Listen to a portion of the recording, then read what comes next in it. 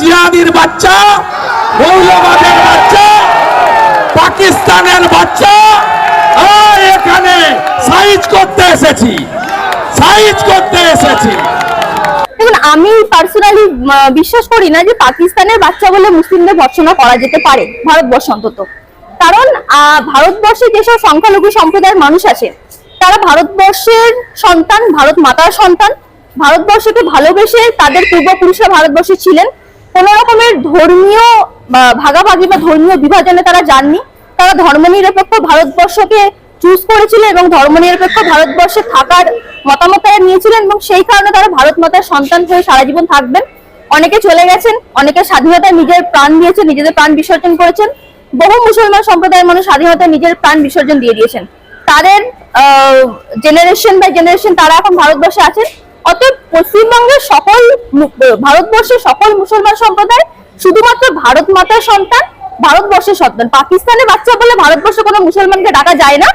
ওনাদের আসল উদ্দেশ্য হচ্ছে পাকিস্তানকে সবসময় ভারতবর্ষের সামনে রাখা এবং এই ইস্যুটাকে নিয়ে মানুষের কাছ থেকে ভোট নেওয়া এবং হিন্দুদেরকে এইরকম রাজনৈতিক মতাদর্শে দীক্ষিত করা, যেখানে গিয়ে ভারতবর্ষের হিন্দু পাকিস্তানের ইস্যুতেই ভোট দেয়, ভারতবর্ষের আসল যে ইস্যুগুলো আছে সেখান থেকে তাদের মাইন্ডটাকে ডাইভার্ট করে দেওয়া। শুভেন্দু বলছে 26-এ হিন্দুদের সরকার, এখন তাহলে কাদের সরকার? দেখুন, শুভেন্দু অধিকারী এইরকম কথা বারবারই বলে থাকেন, আমি আগেও বললাম আবারও বলছি। আসল ওনাদের যেটা উদ্দেশ্য হলো সেটা হলো ভারতবর্ষের সংখ্যালঘুদের ভাবমূর্তি নষ্ট করা এবং ভারতবর্ষের ধর্মনিরপেক্ষতাকে জলে ভাসিয়ে দিয়ে ভারতবর্ষের মনুস্মৃতি চালনা করা। আমরা ভারতীয়রা আমাদের সংবিধানকে কেন্দ্র করে বাঁচি, আমাদের সংবিধানকে শপথ করে বাঁচি এবং সংবিধানে যে অধিকারগুলো আমাদের আছে সেই অধিকারগুলোকে এনারা ভয় পান। কারণ এনারা জানেন যে সংবিধান আমাদেরকে যেভাবে বাঁচতে শিখিয়েছে সেখানে গিয়ে এনাদের মতাদর্শ কোনো মানুষ মানবে না। তাই এনারা চান সংবিধানকে মুছে দিতে, ধর্মনিরপেক্ষতাকে মুছে দিতে, গণতান্ত্রিকতাকে মুছে দিতে এবং সেখানে গিয়ে আস্তে আস্তে মানুষদেরকে কৃতদাসে পরিণত করতে চাইছে। যে কৃতদাসগুলো শুধুমাত্র ধর্মীয় হিংসা, ধর্মীয় রাজনীতিতে মেতে থাকবে এবং এর মাধ্যমে আসলে এরা ভারতবর্ষের ভবিষ্যৎকে অন্ধকার করতে চাইছে এবং এই ভবিষ্যতে গিয়ে মানুষ শুধু ধর্মযুদ্ধে মেতে থাকবে।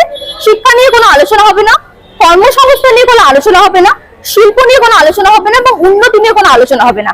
কারণ এই আলোচনাগুলো বন্ধ হলেই মানুষ ধর্ম নিয়ে আলোচনা করে এবং ধর্মে যখন মানুষ মাতামাতি হয়ে থাকে তখন মানুষ এই বিষয়গুলো থেকে সরে গিয়ে মানুষ শুধুমাত্র হিংসায় মেতে যায় এবং রক্ত কাটাকাটিতে মেতে যায়।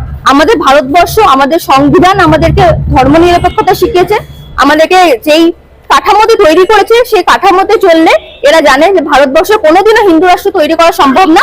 সেই জায়গায় গিয়ে এরা মানুষকে ভুল বোঝায়, ভুল পথে চালিত করে, সংবিধানকে এরা বারবার কলুষিত করার চেষ্টা করে, বাবা সাহেব আম্বেদকরকে কলুষিত করার চেষ্টা করে এবং এরা চায় ভারতবর্ষে হিন্দু রাষ্ট্র দিয়ে এসে মানুষ যাতে বাবা সাহেব আম্বেদকরকে নিজের আইডল না মনে করে, মানুষ নাথুরাম গোডসেকে নিজের আইডল মনে করে। এদের আসল উদ্দেশ্য এটা। অতএব আমাদেরকে এদের এই কথাগুলোতে একেবারেই কান দেওয়া উচিত না। আমাদের ভারতবর্ষ ধর্মনিরপেক্ষ ছিল, ভারতবর্ষ ধর্মনিরপেক্ষ আছে এবং ভারতবর্ষ ধর্মনিরপেক্ষই থাকবে।